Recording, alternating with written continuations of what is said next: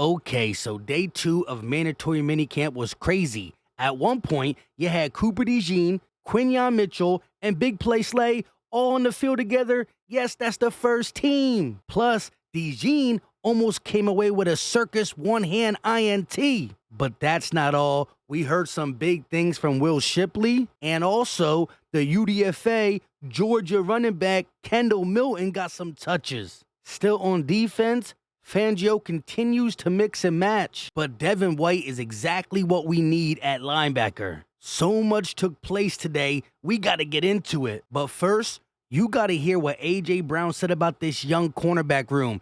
They've been showing out. Q doesn't talk as much, guys. I don't think y'all know that. He doesn't really say anything. And the first words I heard from him, it was like, hey, that route was trash. I said, what? I said, you don't even talk and you talking trash. And so it was funny. It was funny to hear from him, and I told him, I said, all right, I like to see that. I want to see you step up because he's not going to be playing against me. He's going to be playing against other guys. And, I want to see him, hold his own. And I told him, I said, all right, you took the first step. But I said, now you got to back it up. You're going to have to walk that walk. And I've been looking forward to getting some reps against him. Kelee is difficult at times, going against because you go against him. I go against him a lot. He's definitely growing. You can see a different step with him. I'm not gonna put too much pressure on him up here, but you definitely see a different step with him, and he's hungry. He's competing at a high level. For a guy that has not played football for a year and coming back, it looks like he's been playing nonstop. Honestly, I'm gonna give praise to him, give him his flowers. You can tell he loves football. He's happy to be back. You can tell he's jumping all over the field. He literally just told me and walked through. He's gonna have 2 picks today, and I told him not against me, but go get him though. But he's happy, man. He's happy to be back. He's flying around. And he's gonna do special stuff for us this year. What is going on, everybody? I go by Philly Mike, and this is the Philly Tall Podcast. And today, as always, we got a lot to get into. But before we do that, Eagle Nation, help your boy out. Hit that like button, subscribe to the channel, and turn on that notification bell so you don't miss these videos. So, of course, yesterday we talked about mandatory minicamp day 1. And there's a few things I want to touch on before we talk about mandatory minicamp day 2. Nick Sirianni said he loves the tweaks that Kellen Moore is doing. Martin Frank tweeted that Nick Sirianni said the focus on offense is mastering the details. He said Kellen Moore is doing a great job. He's every bit as good as advertised. But I want to talk a little bit more about wide receiver 3, Anaya Smith, Paris Campbell, John Ross. This was said on the low. When we think of wide receiver 3, it could be a tight end 2, a running back 2, and it's probably better to look at it as the 5th option in the passing game after A.J. Brown, Devontae Smith, Dallas Goedert, and Saquon Barkley, rather than the 3rd wide receiver, which Philly Mike has been saying forever. I understand people want to talk about wide receiver 3 because the Eagles haven't utilized the running back and tight end like they should in previous years. However, Kellen Moore has a track record of going 2 tight end sets, using play action, getting their number 1 tight end involved, especially if he's as good as Dallas Goedert, who does gotta stay healthy, I know. He's going to be a part of the game plan. You can say, what's the proof that the Eagles under Kellen Moore are going to utilize Saquon Barkley in the pass game? It's simple. Howie Roseman invested in the running back position this year more than the last 5 or 6 years combined. We definitely utilizing him in the run game and the pass game. So let's jump right into day 2, 7-on-7 and 11-on-11s. Zach Berman tweeted, Fletcher Cox is on the defensive sideline watching the 11-on-11s. When he's in the area, he'll be around. As we all know, James Bradbury taking reps at safety. He got hurt yesterday, and he's not practicing today. Yesterday's 2 outside corners was Kelee, Ringo, and Big Play Slay. But today, Zach Berman tweets Isaiah Rodgers with the first team defense today, opposite of Big Play Slay, Zach Bond, Devin White at linebacker to start for the first team defense. Later, they mentioned the nickel was Avonte Maddox, and the safeties were Reed Blankenship and C.J. Gardner-Johnson. As for some big defensive plays made, it was reported that Devin White got a sack on Jalen Hurts in a 11-on-11 drill. We talk about Devin White's pass coverage skills. He can rush the passer. Another defensive play that was made was Reed Blankenship steps in front of a route and picks off Jalen Hurts. I know y'all gonna say another interception and not really credit the defense, but both sides are working out the kinks. And from another beat writer's view, Hurts throws INT to Blankenship, not sure who he was trying for. Might have been some miscommunication. This Kellen Moore's offense is gonna be good, but it takes time to get the communication down. Martin Frank didn't say this right away, but close to the end of practice, he tweeted this. In fairness, Hurts has been on the money today. Nice crossing pass to AJ in full stride across the middle. So minus the INT, he's been on the money. I seen some of the comments on Twitter. Y'all taking these practice interceptions way too serious. Back to the defense.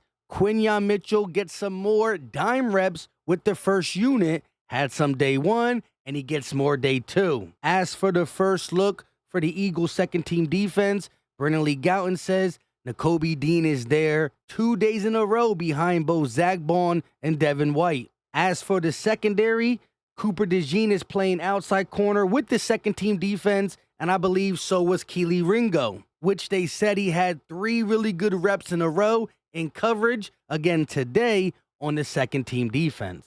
At the halfway mark in practice, they switched some things up. John Ross getting first-team reps with the offense and has a catch. His impressive showing this offseason continues. Martin Frank simply said John Ross catches the ball in the flat. He is still fast. But right here, the next 2 things I say is what you really want to see. Brandon Lee Gowton tweets, now it's Quinyon Mitchell instead of Isaiah Rodgers at first-team corner across big play Slay. Man, I want to see the one-on-one matchup against A.J. Brown if he lined up against him. Me saying this is what you want to see has no ill will towards Isaiah Rodgers, who I think is ready to make plays this year. I just want to get Quinyon's feet wet. And here's the next one.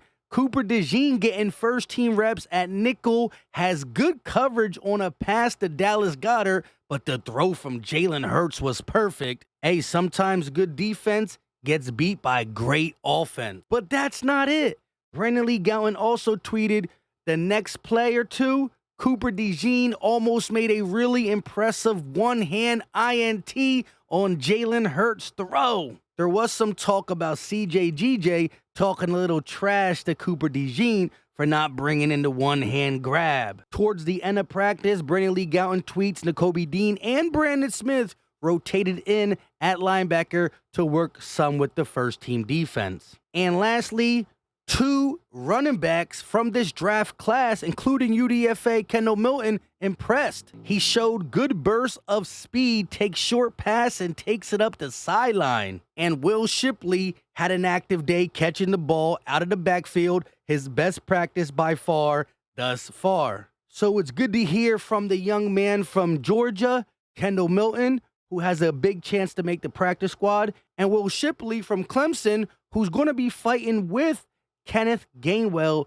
for possible snaps at RB2. So there you have it, 7-on-7 and 11-on-11 in the books, but 4 or 5 Eagles took the podium. You gotta hear what they had to say. Here's some of the things that stood out to me. Jordan Mailata on Cam Jurgens making the right calls at center in place of Kelsey. He simply said, Cam is killing it. Martin Frank also said that BG is impressed with Quinyon Mitchell. He's as advertised, he said. He's playing fast. I'm seeing why he's a first-round pick. Cooper DeJean, too. So BG co-signs both rookies. He also mentioned that the Eagles didn't have the right coaches in the right positions, and it led to communication errors last year. He said Howie Roseman fixed it. Again, with all this new talent on this roster, rookies, veterans, the new coordinators go overlooked, but I promise you,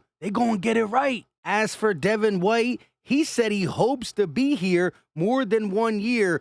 also loves playing in this defense. He sees a lot of potential. He also spoke about last year and how he looked at football as a player and like an agent/lawyer. This year, it's all about the game of football, which he been making plays all over OTAs in a short time. I think he got 2 INTs, a PBU versus Saquon Barkley, and a bunch of good reps taking away the middle of the field. As for the second-year man, Kelee Ringo, who dominated on day one, he says that having Darius Slay as a veteran to lean on has been huge. He said, and I quote, "It feels like he has an answer for everything." For all the people who want to take Big Play Slay's captain off his chest, listen to the young guys talk about him. And last but not least, Dallas Goedert said Kellen Moore's offense has tight ends moving around a lot to try to get tells from the defense, and there are quicker throws to the tight end. That ties in to what we talked about earlier. Kellen Moore is going to get him involved, and I like the short throws because who's one of the best players in the NFL? Yards after the catch, Dallas Goedert. He also talked about how good A.J. Brown and Devontae Smith is. He said they can get the ball thrown to him 150 times. He don't care as long as we're winning. However, he will be utilized more this year, but he's a team player you got to love and respect it. With all that being said, I go by Philly Mike, and this is the Philly Talk Podcast. Y'all know what to do. Help your boy out by hitting that like button, subscribe to the channel, turn on that notification bell, drop the muscle emoji. Y'all know how we get down, Philly strong, and leave a comment. I love hearing from you, even if it's not about today's video, about something you want to see in the future. Just talk to me. I love hearing from Eagle Nation. We out.